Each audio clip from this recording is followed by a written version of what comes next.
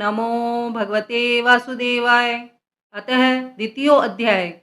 उद्धव जी द्वारा भगवान की बाल लीलाओं का वर्णन।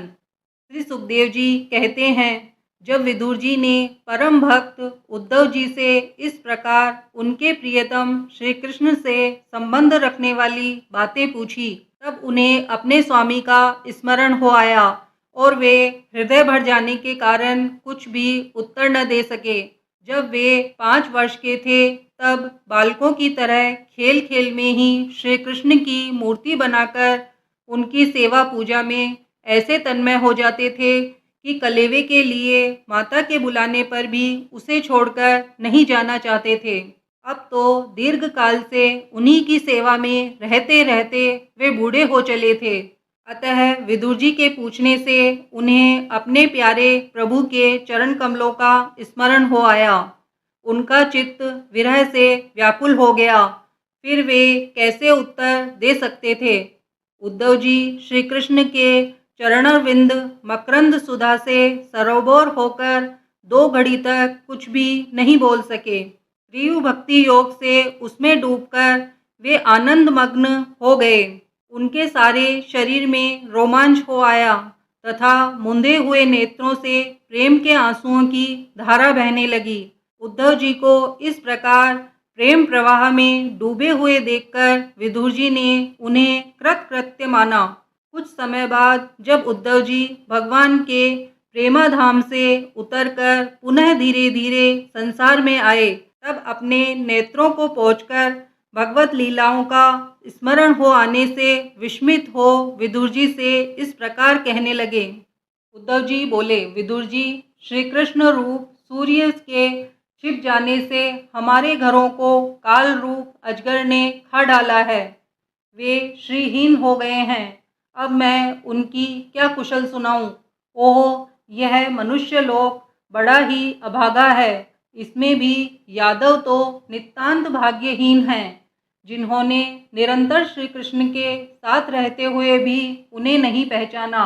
जिस तरह अमृत में चंद्रमा के समुद्र में रहते समय मछलियां उन्हें नहीं पहचान सकी थी, यादव लोग मन के भाव को ताड़ने वाले बड़े समझदार और भगवान के साथ एक ही स्थान में रहकर कीड़ा करने वाले थे, तो भी उन सब ने समस्त विश्व के आश्रय सर्वांतर्यामी श्री कृष्ण को एक श्रेष्ठ यादव ही समझा।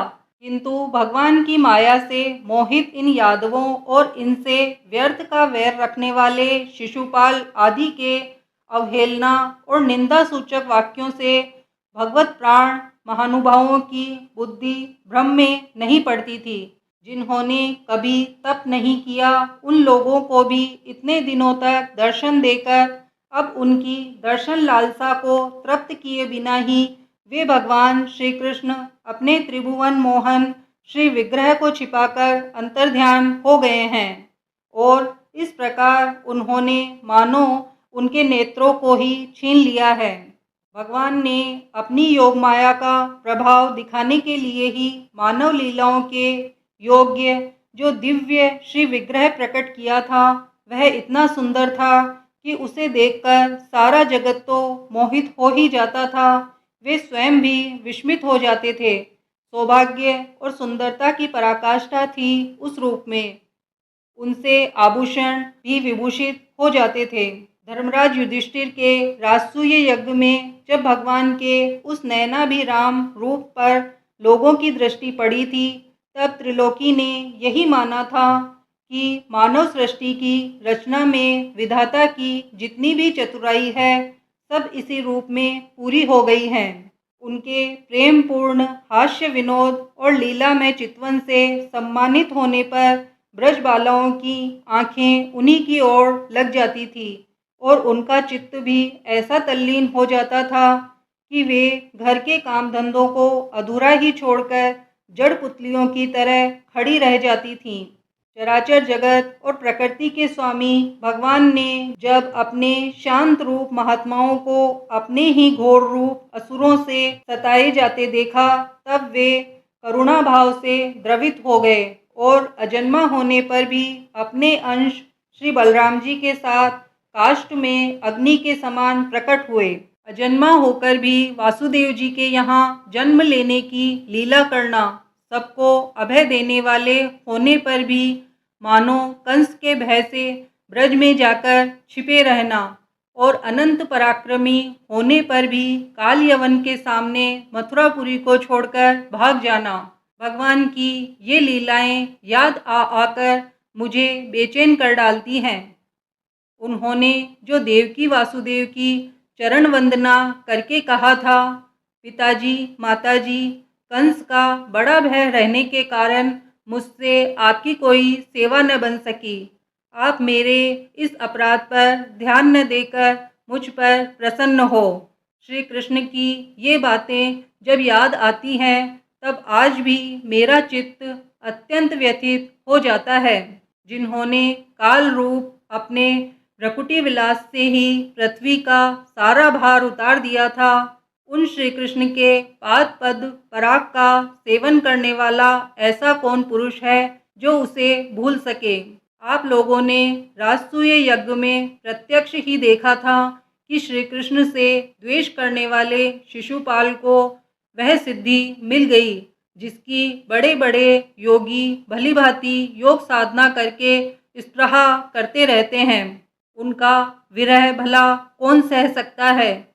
शिशुपाल के ही समान महाभारत युद्ध में जिन दूसरे योद्धाओं ने अपनी आँखों से भगवान श्री कृष्ण के नयनाभिराम मुख कमल का मकरंद पान करते हुए अर्जुन के बाणों से बीतकर प्राण त्याग किया, वे पवित्र होकर सबके सब भगवान के परम धाम को प्राप्त हो गए। स्वयं भगवान श्री कृष्ण तीनों लोकों के अधीश्वर हैं, उनके समान भी कोई नहीं है, उनसे बढ़कर तो कौन होगा। वे अपने स्वतः सिद्ध ऐश्वर्य से ही सर्वदा पूर्ण काम हैं। इंद्रादि असंख्य लोकपालगण नाना प्रकार की भेंटें ला लाकर अपने अपने मुकुटों के अग्रभाग से उनके चरण रखने की चौकी को प्रणाम किया करते हैं। विदुर जी वे ही भगवान श्री कृष्ण राज सिंहासन पर बैठे हुए उग्रसेन के सामने खड़े होकर निवेदन करते थे, देव हमारी प्रार्थना सुनिए। उनके इस सेवा भाव की याद आते ही हम जैसे सेवकों का चित्त अत्यंत व्यथित हो जाता है।